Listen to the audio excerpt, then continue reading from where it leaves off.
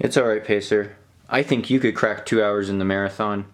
Might have to shave all that hair off so you're streamlined. Then we'll work on your motivation. The motivation part's gonna be huge.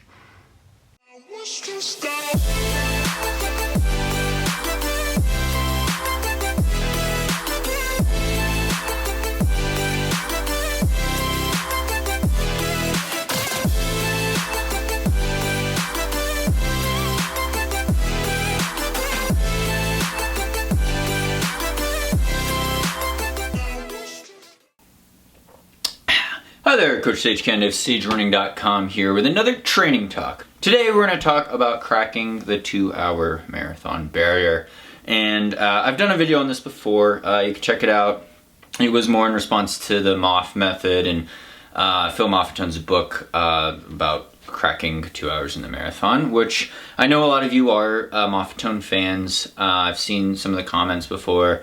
And you know, his holistic approach to training, I agree with. Building an aerobic base, I think, without getting into the nitty gritty of his philosophy with building an aerobic base through moderate, low intensity running, that's been preached by Arthur Lydiard for decades. So I feel like it kind of does a disservice to all the coaching pioneers that came, way before Moffattone, who've developed periodization and building an aerobic base and that importance in distance running. But what really rubbed me the wrong way with Phil Moffattone's book was when he starts talking about not only easily cracking 2 hours in the marathon, but also cracking 150. Like 150 marathon is going to be a piece of cake. And you start reading stuff like that, and I just can't, there's a big difference between a 2-hour marathon and 150. To me, and this is what this talk is going to be about, there's a big difference between the current world record, 2:02:57, and cracking 2 hours in the marathon. And, it's interesting because this is in the headlines recently again. A certain rival shoe company, we should say, has announced this project with these top sponsored runners, top runners, who are very, very fast. We got the Olympic gold medalist. We got another guy that could run 58 something and a half. Let's see, it's Tadesse, Kipchoge, and Desessa. Those guys are fast, but the world record's 2:02:57, and I'll get into the nitty gritty of why I think the sub 2-hour marathon is not going to be broken for a long time in terms of legitimate courses or legitimate races and my kind of philosophy on this. And this is all my opinion. I've not at the level that these guys run at, obviously, but I have run 2:16 in the marathon, and I know a little bit about some progressions and margins and training, and it kind of explains some of that as we go along here. But the biggest thing that I see is taking away from the nature of a race. And so this rival shoe company, we won't name them because they've actually, in terms of marketing, this is a great idea. This is marketing 101, basic marketing. They've got a lot of press for this. Adidas has announced a project kind of earlier where they've already gotten some really fast guys running, 2:03. And, it's something that's kind of been out there. But even 12 years ago, so I was like a freshman, sophomore in college, a long time ago. I'm getting old now. And I made a bet with one of my buddies. He was an 800 meter runner, 150 flat 800 meter runner, pretty good half miler. And I said, you know what, Mike, I think we're going to make a bet.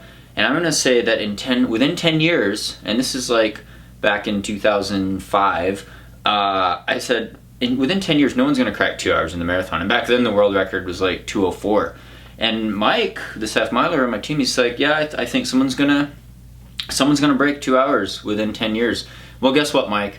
It's been over 10 years, so you owe me $10 now. And I'll look forward to that payment. And if I had to guess, I'd say that. This could be the end of my talk, but I'd say that the 2-hour marathon, I think, could be broken eventually, but I think it's going to be a long time, like a long, long time.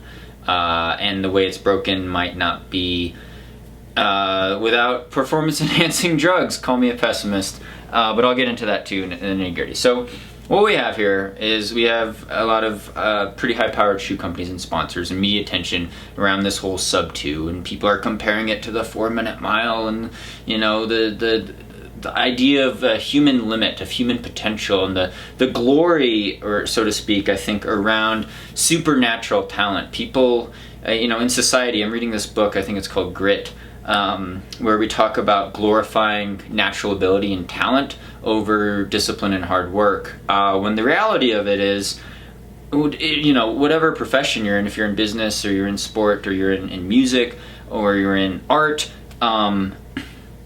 you have to be very, very talented, but you also have to work very, very hard to actually reach the real pinnacle of, ultimate, self-actualization, the top of Maslow's pyramid, whatever you want to call it.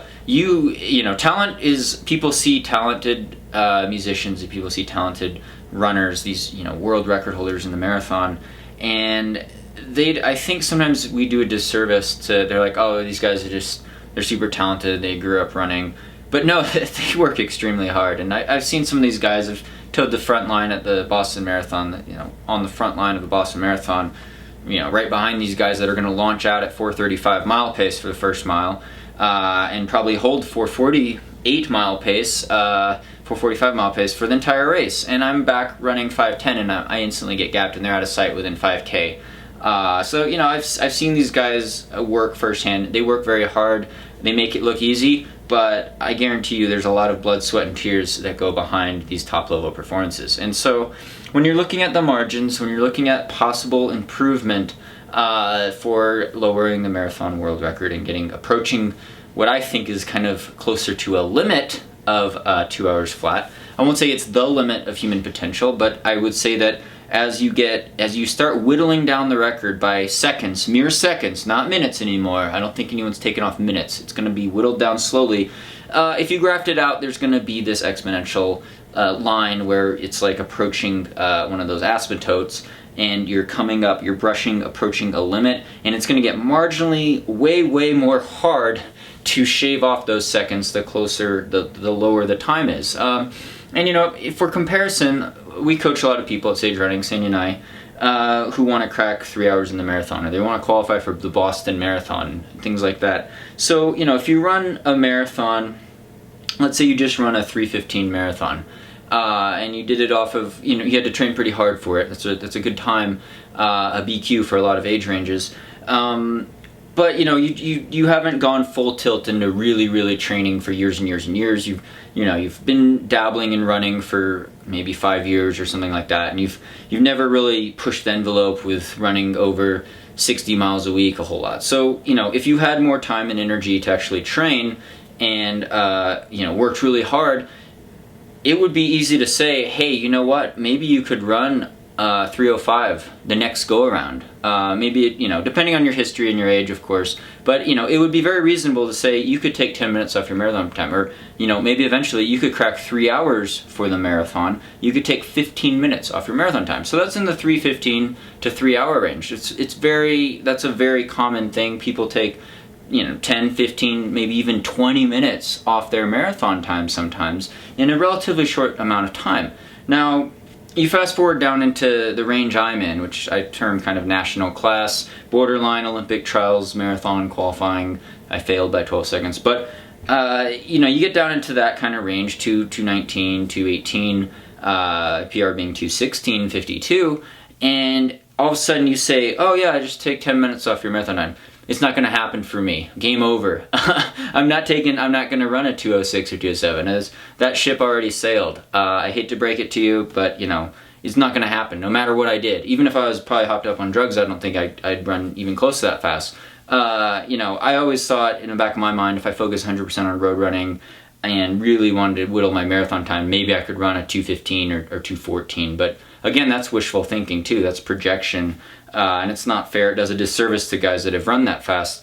But I'm not taking 10 minutes off my time. I'd be lucky to take 2 minutes or 3 minutes off my time. So now we get into the range of running 2:05, 2:04, 2:03. Now these guys are a totally different league than someone like me. I'm slow as molasses. I'm out there running 5:15, 5:10 mile pace. These guys are dropping 4:45s the whole way. So, that's not even close. They're the real elites of the big city marathons, Boston, London, Berlin, New York, Chicago, things like that. And so for them, the margins are a lot tighter. They're talking about now shaving 20 seconds off. Maybe, if they get lucky, they shave 30 seconds off.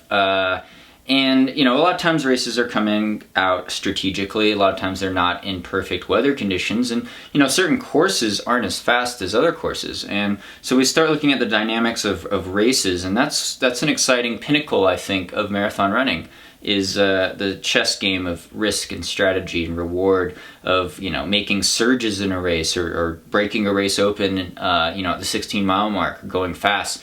And that's an exciting dynamic. It doesn't always yield the fastest time trial type of time, but it's the core heart of elite marathon running, in my opinion.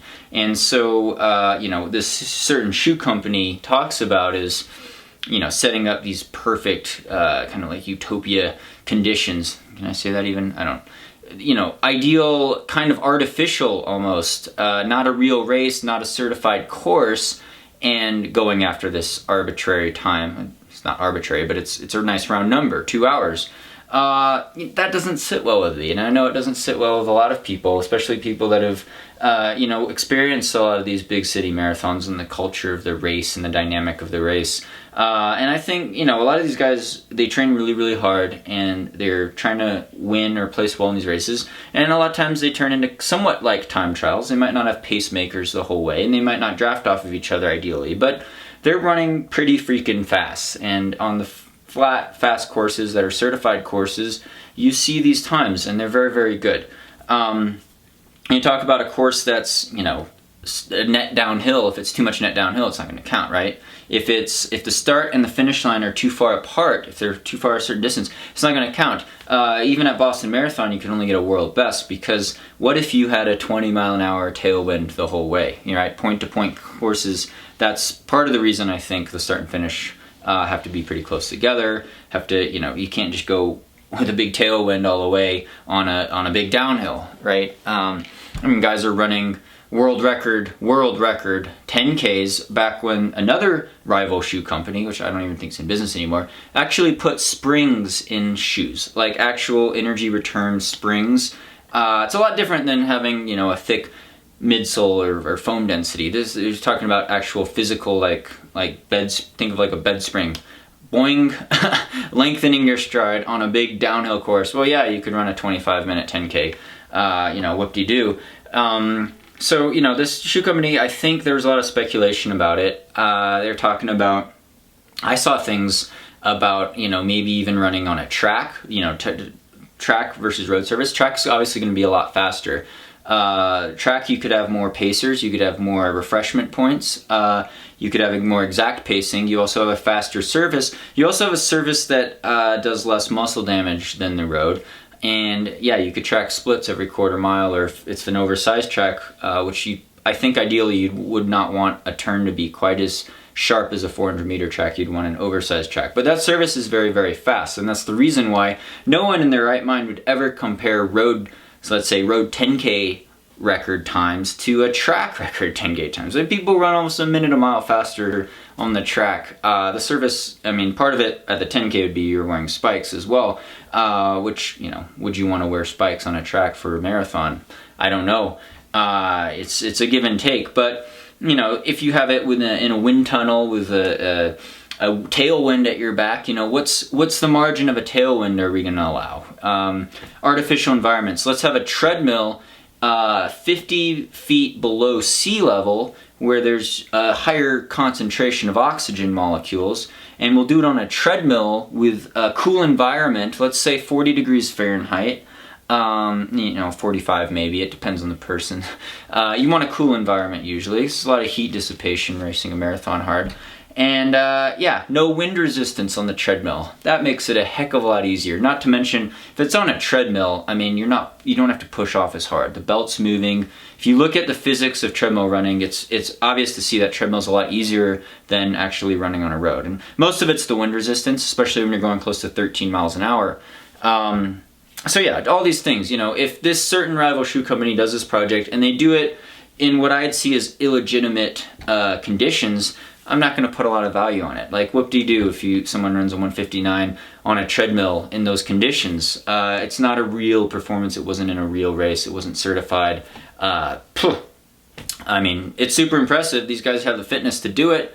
or to do that in those conditions, but I want to see real races in major marathons, because to me, as a national class marathoner, at least, that's what's really exciting, and I hope it is for a lot of other people. But we get caught up in these numbers, we get caught up in the history and the time goals and the progression, and I love the numbers, I love the data, I love the technology, I love the improvements, and the media coverage is good, but this is a marketing ploy by this company, and if you want to talk about legitimacy, again, this is a company that has sponsored and tried to cover up with a lot of money some of the biggest endurance drug doping, performance-enhancing drugs scandals in the history of the sport. This is also a company that sponsors former convicted dopers, just lets them, buys them back onto the team. That doesn't sit well with me, and you know how I am with doping. The final points are: the current world record on certified conditions, certified course, is 2:02:57. To get under 2 hours, they're going to have to take off 2 minutes and 57 seconds. So that's almost 3 minutes. 3 whole minutes at this time range. Close, if we had a ghost running a 1:59:59, and we had the current world record holder now in the marathon, and they were running a marathon course, the ghost, who's running under 2, would finish over a half mile ahead of the current world record holder. A half mile for a marathon race at the very elite pinnacle of the sport, elite level. That's a blowout. That's not even close. Imagine being a half mile behind someone.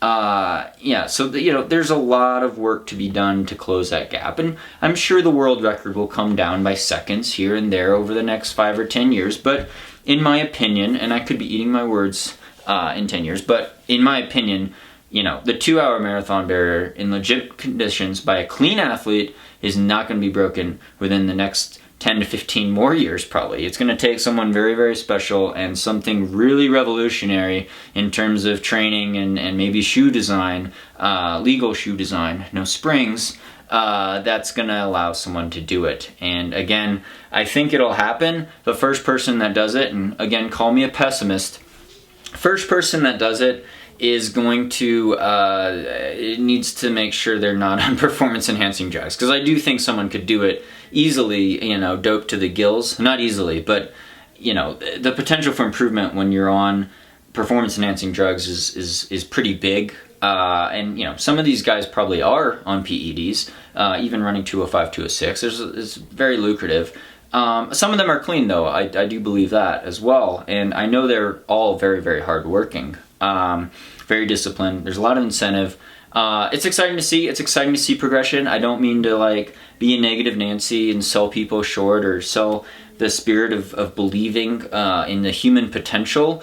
You could say wow, Sage, you're negative. No wonder you haven't improved very much in your marathon times, which is true. You don't want to sell yourself short. You don't want to say oh, that's impossible, shrug your shoulders and be it's too hard, can't be done. You do have to believe, you do have to be ambitious, you want to dream big.